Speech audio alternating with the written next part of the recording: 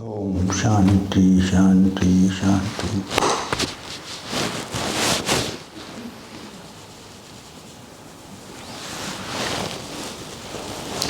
So, okay.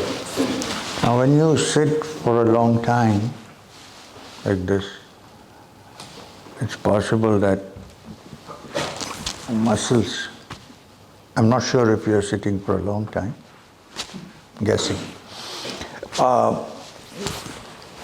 can get a little bit, what do you call that, stiff, or even some arteries blocked. So it's a simple exercise, not part of your kriya or anything of that kind. What we do normally is, because we sit for long time, not because we want to sit, because we sit for 2 minutes and we can't get up, that's why. Not because we want to sit for a long time. You open your eyes, you have already sat for a long time. So what we do is, first, don't do anything now. I taught that last time in the Kriya batch. Bring your head this way very slowly. No jerks, no jerky motions, very slowly. And then take it back also. Then take your head back, just drop it once. Then touch the skull with your fingers and just loosen up the skin a bit like this. And then do the best thing you can do, knocking. Finish all your bad karmas here. And then rub your hands together and raise them up into this, and raise it up. This is one exercise. Just do once if you feel like it. Okay? First, hit very slowly, not fast, not like possessed people, you know.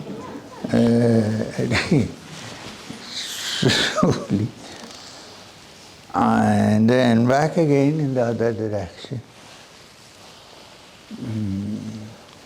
Yeah, you can feel the relaxing. Take it back and drop it gently.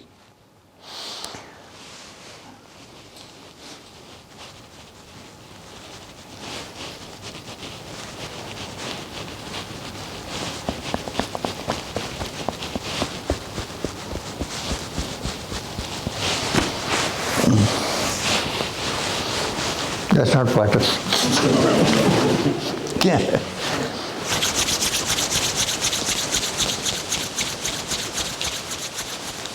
Kala enough to knock your head so much, so hard.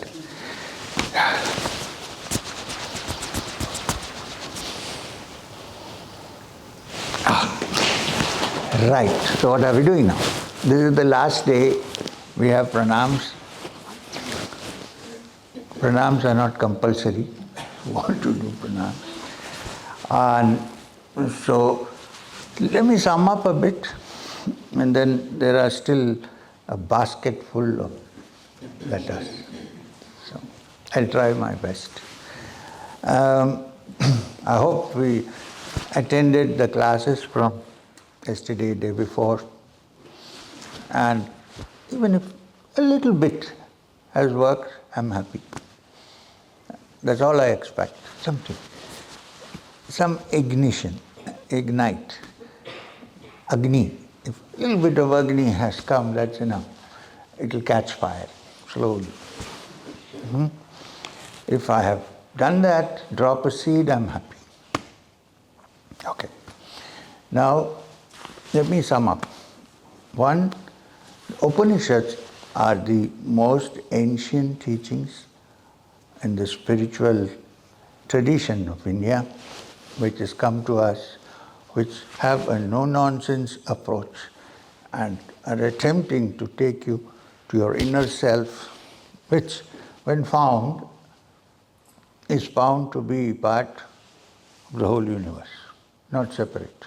It's as if a whole all-pervading energy is working through each center, us. So when that division through deep meditation and understanding settles down or disintegrates, then there is only that left. It's a process in Vedanta of disintegrating wrong ideas, wrong thoughts, disturbances, everything, until the mind becomes crystal clear, tranquil and quiet. This is required. This is the tarmac on which one goes to the higher levels of consciousness. So which is why in the Advaita Vedanta teachings, Shankara uses the word neti, not this. Seeking that which is always there and not something that comes and goes. Seeking that which is joyous by its very nature and is not dependent on anything external for joy. Seeking the inner content of your being, which is that, Tatvamasi, and absorbing the mind into that thought is the movement towards the Absolute. So therefore, anything which is not that is eliminated with the word neti, not this, not this, not this. Ultimately one comes to a position where you cannot eliminate anything and there is only the pure witness. This remains. So it's like, it's not, the Upanishad is not attempting to put anything into you. It's attempting to take off all the rubbish that has gathered and make it crystal clear, and what is there is already there. Let me give another example. As a piece of rock, a granite, when somebody wants to make an image of Krishna or Shiva, right now it's just a piece of granite. Okay? What does the sculptor do? He sits on it, he has an idea of what he wants. Chips. Chips and chips and chips, and removes all that is non-essential. When all is removed, there is only the image remaining. The Upanishad goes a step further and chips off the image also in the end. That's all. There's only difference. So, whatever is spiritual, whatever is wonderful, whatever is mighty, whatever is love, what is all us, inside us. Why we don't say it? Because of the images and the muck that has gathered. And the function is to remove that. Now, how is that connected to like a sadhana, a practice? Because it is so, you need to just do that, it doesn't work.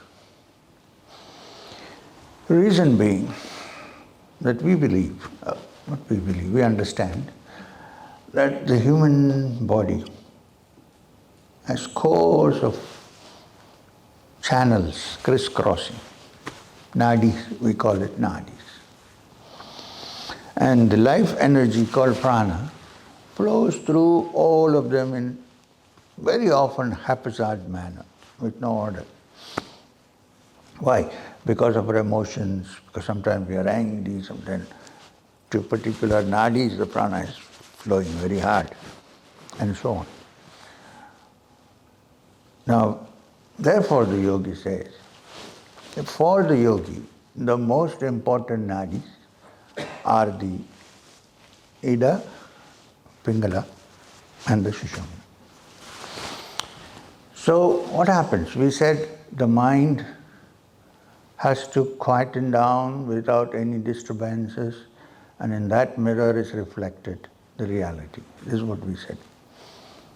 Now to bring this about, you need to bring the haphazard prana running here and there into a certain order, which is all sadhana is about. And this is the practice by which you bring the prana. We did before meditation, Anulom Vilom. We centered the prana in the Ida and the Pingala so that it becomes balanced. Once it's balanced, then this prana has to enter the central channel. Like the Upanishad said yesterday in the Kathopanishad, among the many arteries, there is one that goes, they said arteries because it's not actually the artery through which blood flows, the nadi, through which when one travels, when the mind travels, it reaches the highest level of consciousness.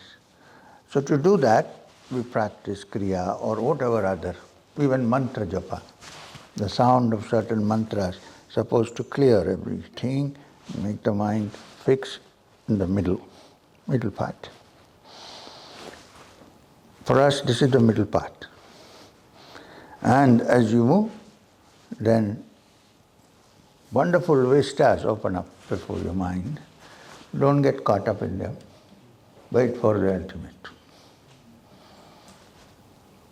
Because like Swadhisthana, the center here, when it is activated, is the center of imagination and images and visions. Many things happen. We are told not to get caught there, but to keep moving. So, and the one technique, apart from the pranayama, which occurs also in other Upanishads, when you go back, try and get a copy of 20 Yoga Upanishads and try to go through them. They are the practical ones, but they are also old. They're not new. Many of them are from the Krishna Yajurveda. So you get to know. Don't practice anything from there. Before practicing, please ask me, what shall I practice? Don't get confused, you know what I mean. Little here, little there, then finally nothing. So, but it's a good thing to know how the practice is linked to that which the Upanishad is talking about. There you see that. You might get it on Amazon, because the Theosophical Society of India, headquarters in Adyar, has published an English translation of the Yoga Upanishads.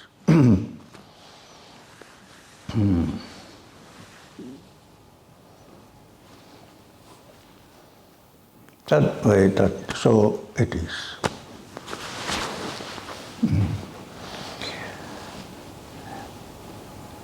So that's it. We have opened the Pandora's box now. Now, since we have very little time, I'm going to look at these questions. There is no shortcut. The solution is to go through your mind all that one has studied, which is called pasishravana, hearing. Second is manana, allowing what you heard to go through your mind and think, give some thought to it. And then there is nididhyasa, which means understanding it as it is, studying it properly. And then the rest is done.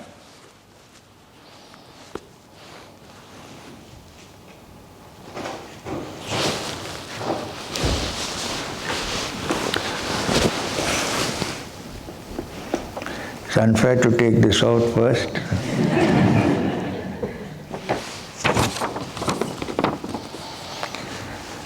Let me tell you that there is no guarantee that I am going to give you an answer because I haven't read the question. Maybe I don't know the answer to a question, in which case very courageously I will tell you, I don't know. Most difficult thing to say, of course. Beautiful handwriting, whoever has written this. If I may pose a question regarding the memory of past lives. Okay, clear? Beautifully written. Almost like calligraphy. I'm getting stuck with the words. If I may pose a question regarding the memory of past lives, in relation to the merging with the self. When the merging of the self,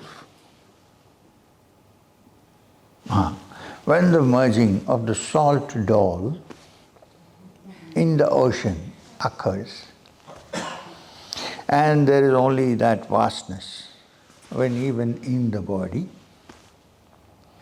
there's a perception of the universe, the now. Where does the memory of an individual stream of past lives come in? Does a being who remember the lives and experience of all beings, as long as he is no longer an individual? Right? Or is it that there are indeed memories of an individual, limited entity traveling on individual paths? I suppose experience would be the answer. Asking this question may clear up some misconceptions. Nice. Yeah. But this question is meant for a great teacher like Shankara, Adishan. Anyway, okay. Yes, that's true.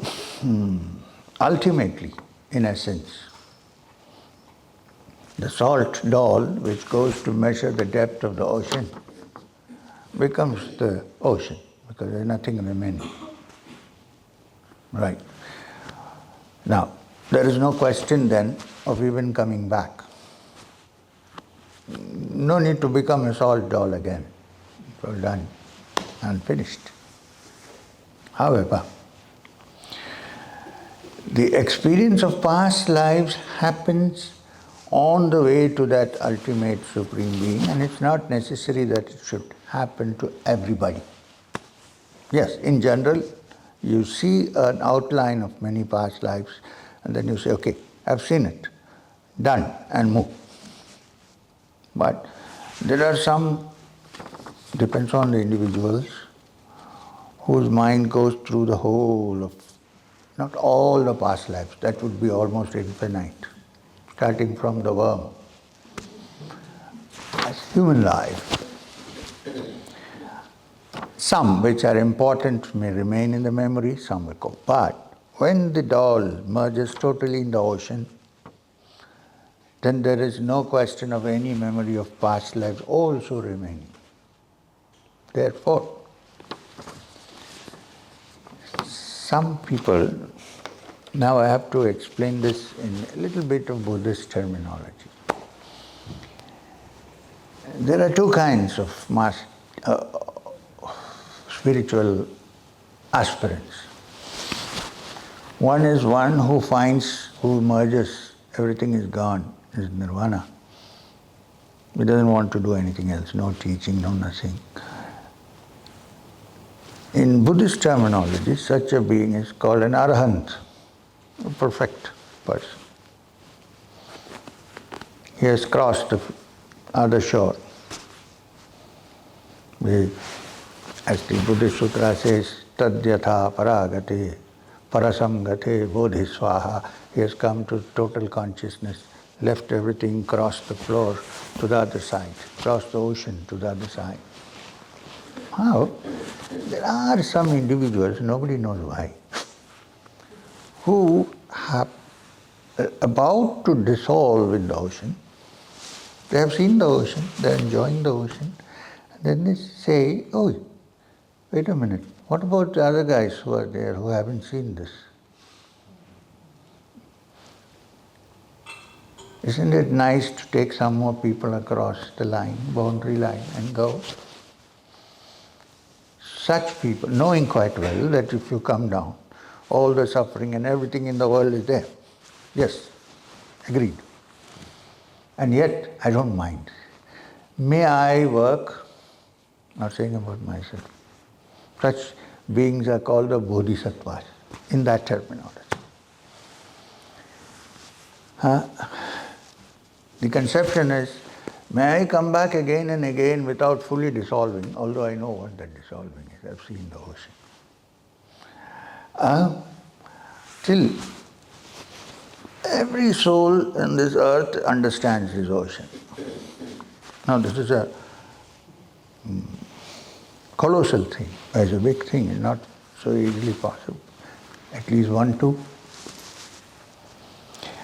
The understanding is, since there are so many thousand births, rebirths happening, at some point or the other, any one of you, any human being, could have been the mother of the Bodhisattva. The cycle, thousands of life cycles. Anyone could have been the mother, so at least let me take my mother back.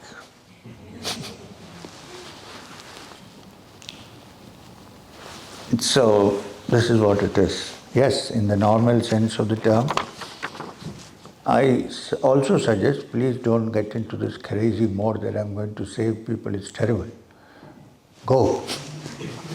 Let the salt all dissolve in the ocean and let there be no memories of past lives. All wipe out, just as the memories of this life. It's an ideal state, it's wonderful, that's the ultimate. And even the Bodhisattva, after having done at least some work, goes back to that state. In the interim period, yes, many past lives are remembered. Some may share, some may not share it. It's shared because people will understand how much one has to go through to come to a state of stability. That's all. There's no other intention out there.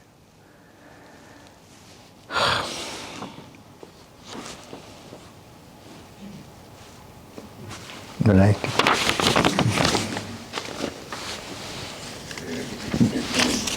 Can we stop now?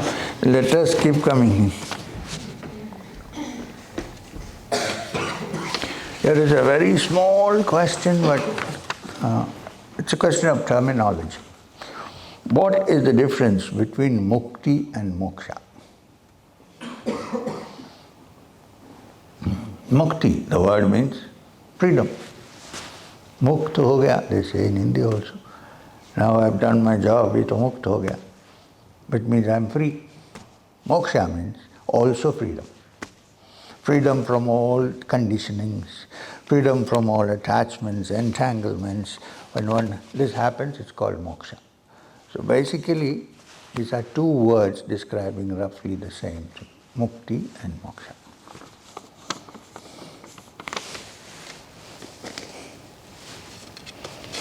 Was that the question? No.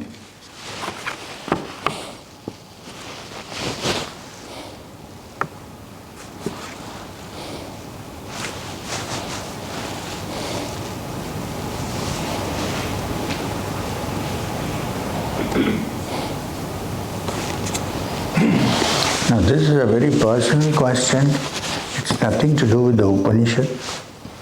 It's nothing to do with Kriya. It's something to do with one's personal life. And I think this is a question that you should ask a good doctor or a gynecologist. I don't think I can answer this question.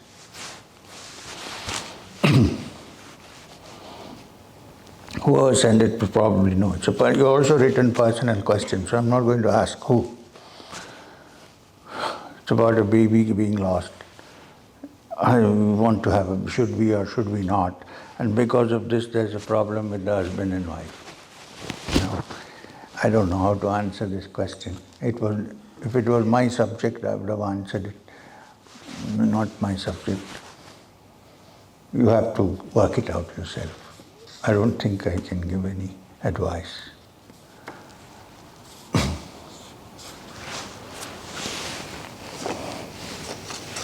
I told you, if I can't answer a question, I'll tell you openly.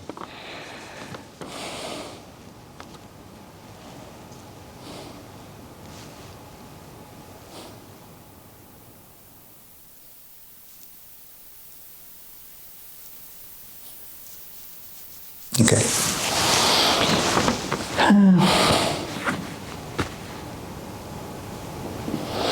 Some of these questions are very quite theoretical. My suggestion would be to get into it and try to figure out and experience it, because you'll never get the whole theory answered unless you touch it. Still, since a question is here, I'm going to look at it. I understand that Brahman is complete. Really, do you understand? Theoretically, yes. I understand that the Brahman is complete and unmanifested. Please don't say I understand, say that that is what the Upanishads say. At some point, all manifestation will reach the state of the unmanifest. That is true. So says the Upanishad. Into nothingness. It is not nothingness. It is the essence from which everything has come, so it cannot be nothing. You can say it is no thing that you know of. Not like anything that you know, yes. So don't say nothingness. And if this is its core nature, and dissolution is inevitable, does that guarantee self-realization for all in a cycle of creation? Yes, but would you want to wait and suffer? Yes, of course, you can say. But then, when suffering becomes insufferable, one would like to end it and move forward. And that too, you're supposing that in the end this is going to happen. You don't know. So why hang on suppositions? Shouldn't we move towards something which you see before us? That there is a way of doing it. This is basically the mind which likes to enjoy life happily, so-called happily, and say, anyhow, I'll be liberated in the end, who cares? It's a reflection of a mind which doesn't want to put any effort at all.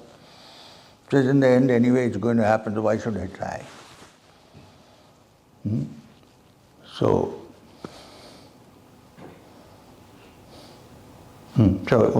trying to say, therefore, everything that is happening now is really just an experience, so we needn't worry about it. Why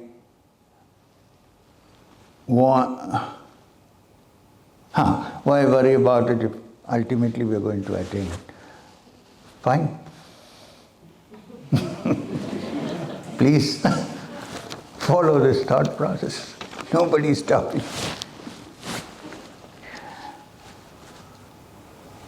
There's a constant fear of giving up. Exactly why this idea has come. The second question.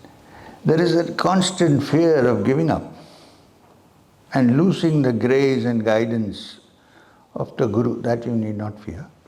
But deep down, I do not want to give up because of the fear. Therefore, I say, anyway, in the end, evolution, I will become the Brahman, so why should I bother? So it's this fear that makes you think this way. What happens to the person who attained Turiya in the next cycle of creation? Let's not discuss this. Let's think of this cycle today. What happens to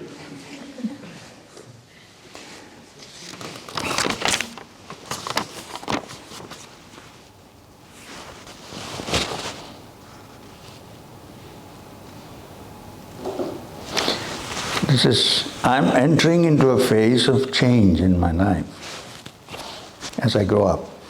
It must be from a young person. And I find myself engulfed by fears and opinions and emotions. How do I learn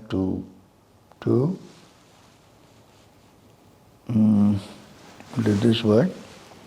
How do I learn to? Who wrote this? What is this word? What is this word? How do I learn to? Or be free from them, before that. No, you have written it. What do you mean you don't? I'm entering into a phase of change in my life, right? How old are you? 18. 1 year after this I ran away. Don't run away, please.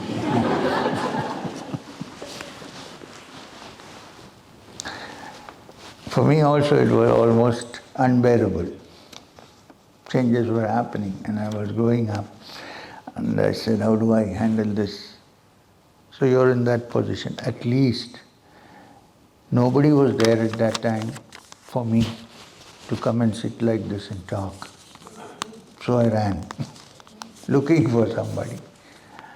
Now I'm there, so don't get confused. We'll work on this. Saying this as your mom will get angry with me.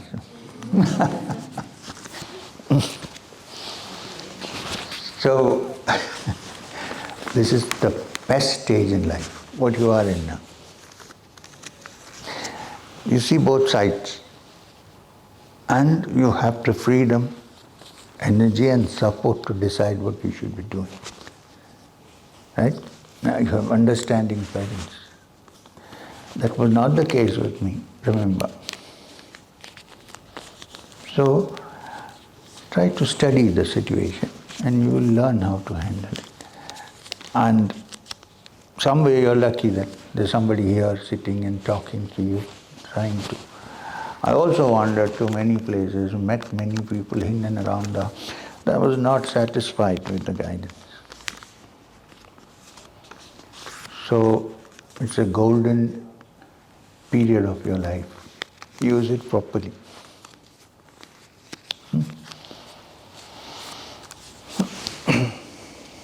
And if you're trying to run away somewhere to Himalayas, please tell me before you go.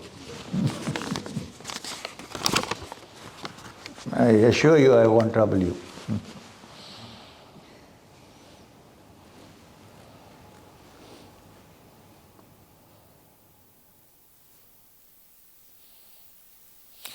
Yes. Recently in my Kriya practice, I prayed that the self would reveal itself to me. And then suddenly I felt.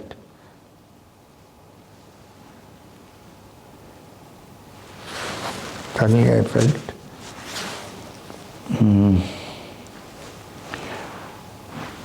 felt, there's one word I can't understand. Suddenly I felt like a frame or a structure, and I knew this is my ego structure. I think what you're trying to say, that suddenly you're faced with your mind structure, which is the ego. That was quite a strong feeling, and I had thoughts that I must do this and that it doesn't want to let go of me. I don't know what to do. Keep on praying.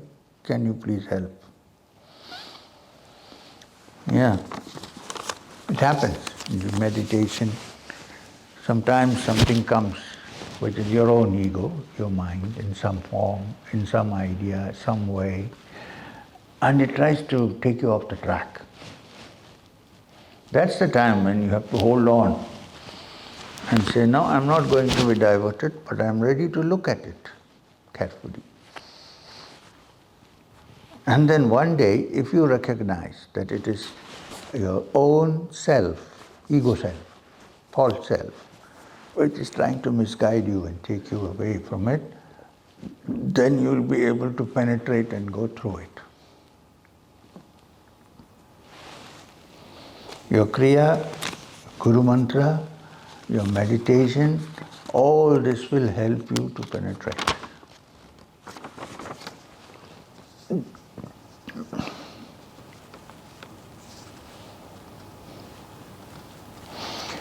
How can we best prepare for the moment of death? A fearless death. And how to use that inner fire. What should I be thinking of in the moment of death? Can I tell you that the moment of death is now? Does anybody know when somebody will die?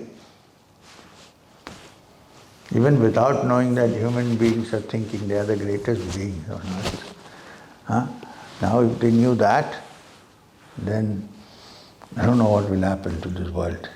So nobody knows. So at the time of death means now. Right now. Nobody knows. There are people who just go to sleep and don't get up. What do you do? So consciously, at every moment, think that this body can, don't make it an obsession, okay? I won't drive on the road because I'm going to die. No, I'm not talking about that. Understand that this can happen at any time. And be prepared for it now. How do I get prepared for it? Keep thinking about the idea that I'm not this body, but there's something else in me. The body is going to die, this is going to come out of it. Also, that your true identity is the blissful inner self, which is eternal, and so there's nothing to fear. So keep thinking about this all the time, so that there is no fear of death. It's not a, what do you call it? A psychological obsession with death. That's not what I'm talking about. Saying that, understanding that it can happen at any time, be cool, and cool your mind, and let it rest, and say, this is how I like to go when it happens. Cool, quiet, tranquil, happy.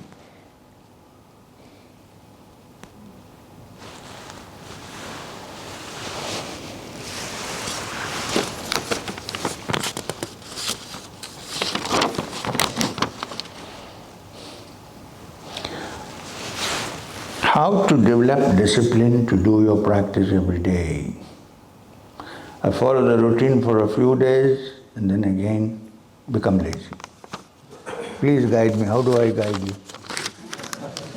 You have yourself said why. I get lazy. But there is a streak of hope here. Why? Even I used to feel like you at some point. Even after meeting Maheswarnath Babaji. Sometimes, the mind is an expert at inventing excuses. I was getting up in the morning and sitting, I say, hey, Maheswarnath Babaji is with me, why should I get up so early? So, until one day I was told, very stern terms, that I am not going to help. Do your job.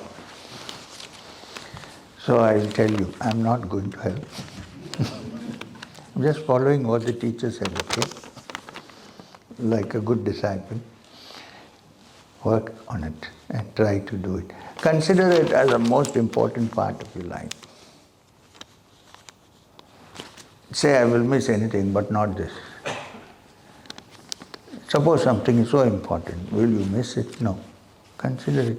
Fall in love with it. No, they're not convinced.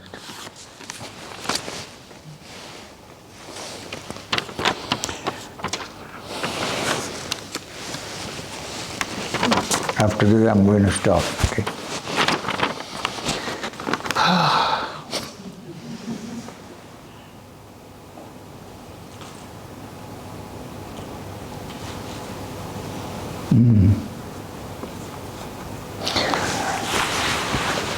Ram Ram, etc.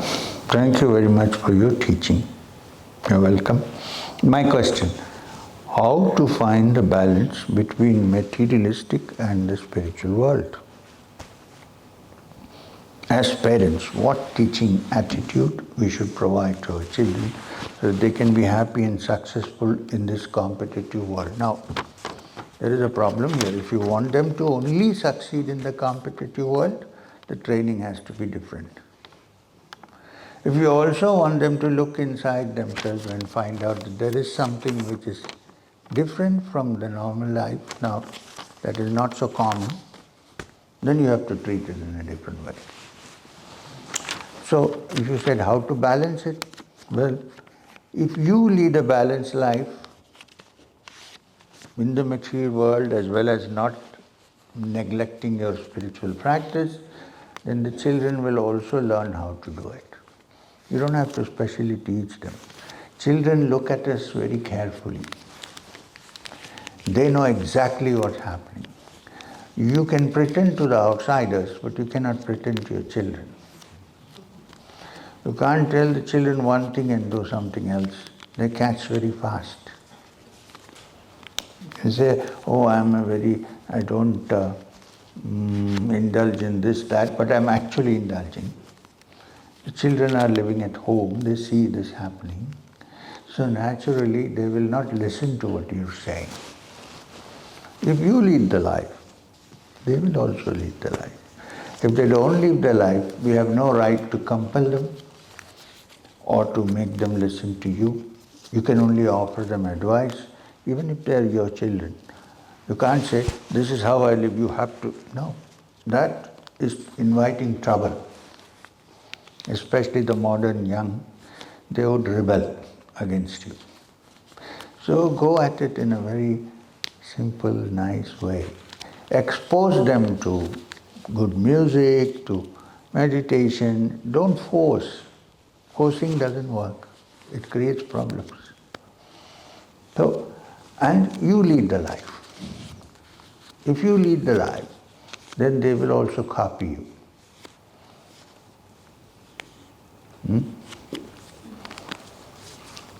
Make them understand that it is important to lead a material life because we are in this world, we have to do all this fine. At the same time, there is an element in us which is beyond this, so sometimes reflect on that. This is the way to go about it.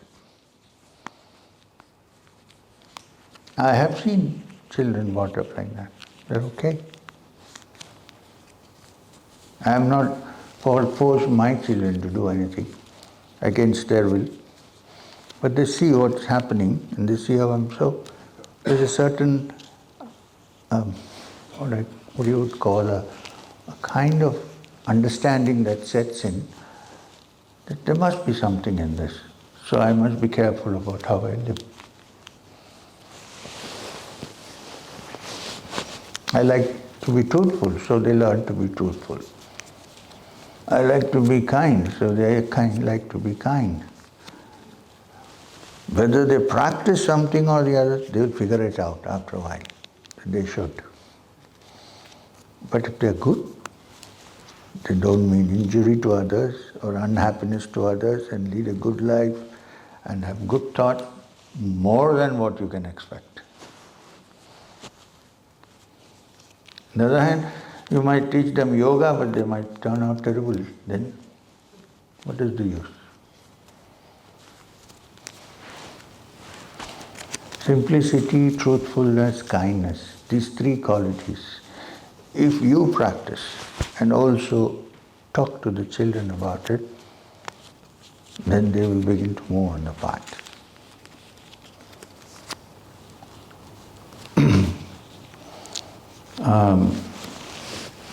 Many years ago, I went to Phoenix and they asked me to address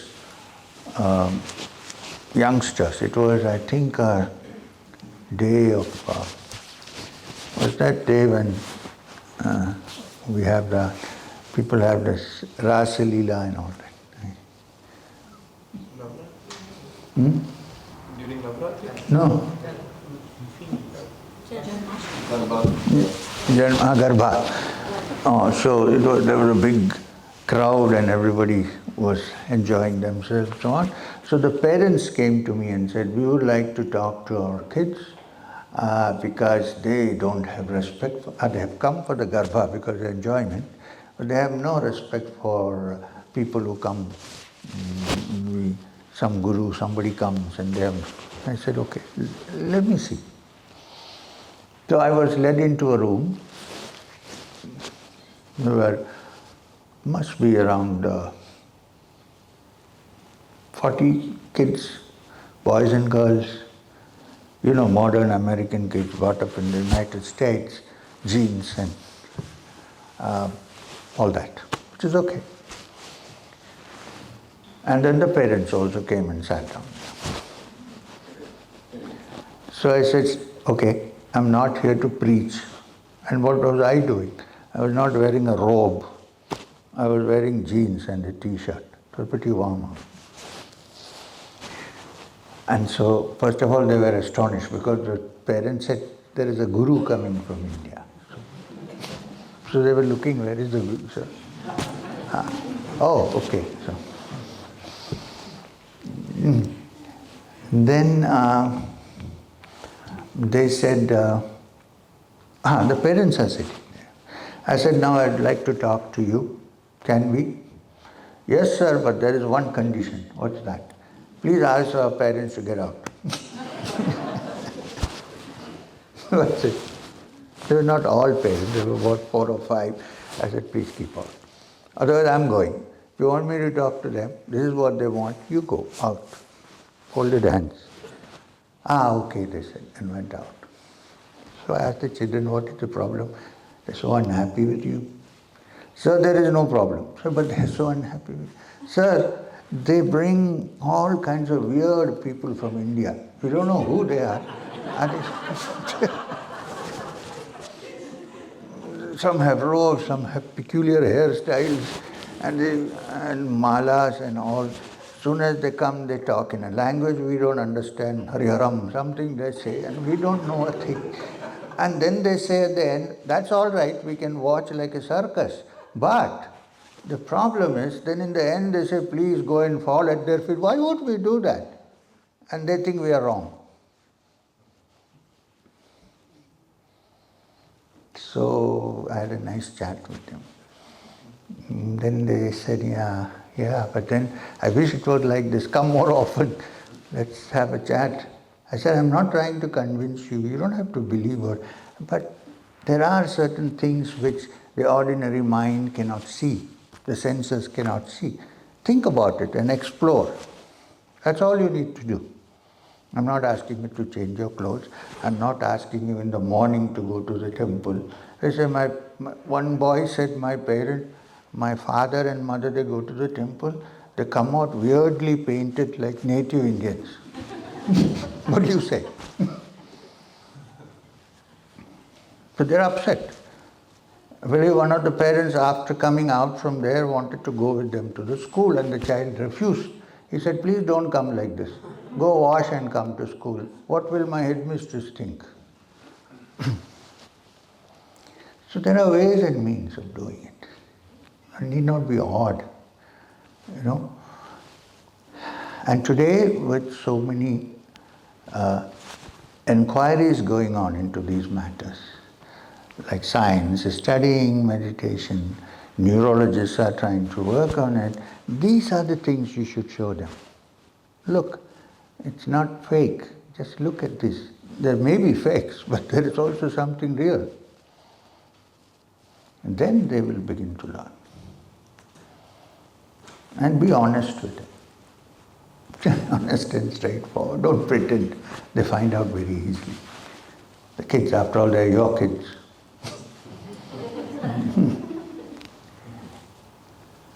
So, with this, I think we should call a close to the 2.5 days of satsang that we had. 2.25 days, to be precise. And I hope we meet again sometime. I don't know when, maybe next year, maybe, perhaps. Meanwhile, Shravana, you have heard. Manana, think about it. And study and practice nididhyasa. And maybe when we come back next, we don't have to talk so much. We just meditate.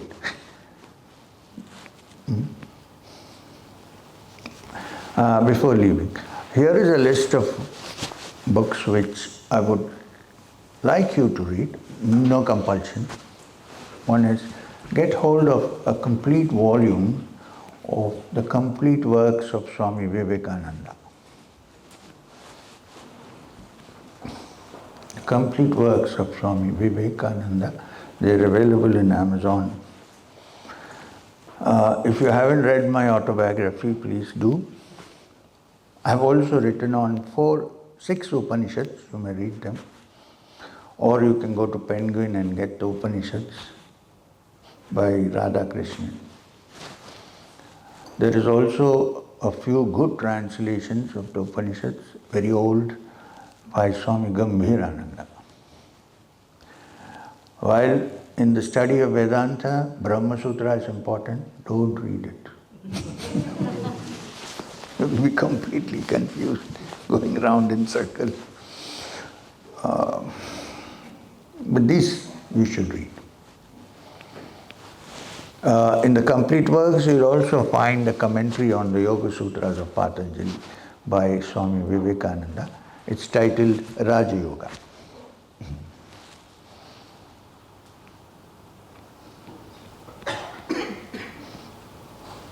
and then lead a good life.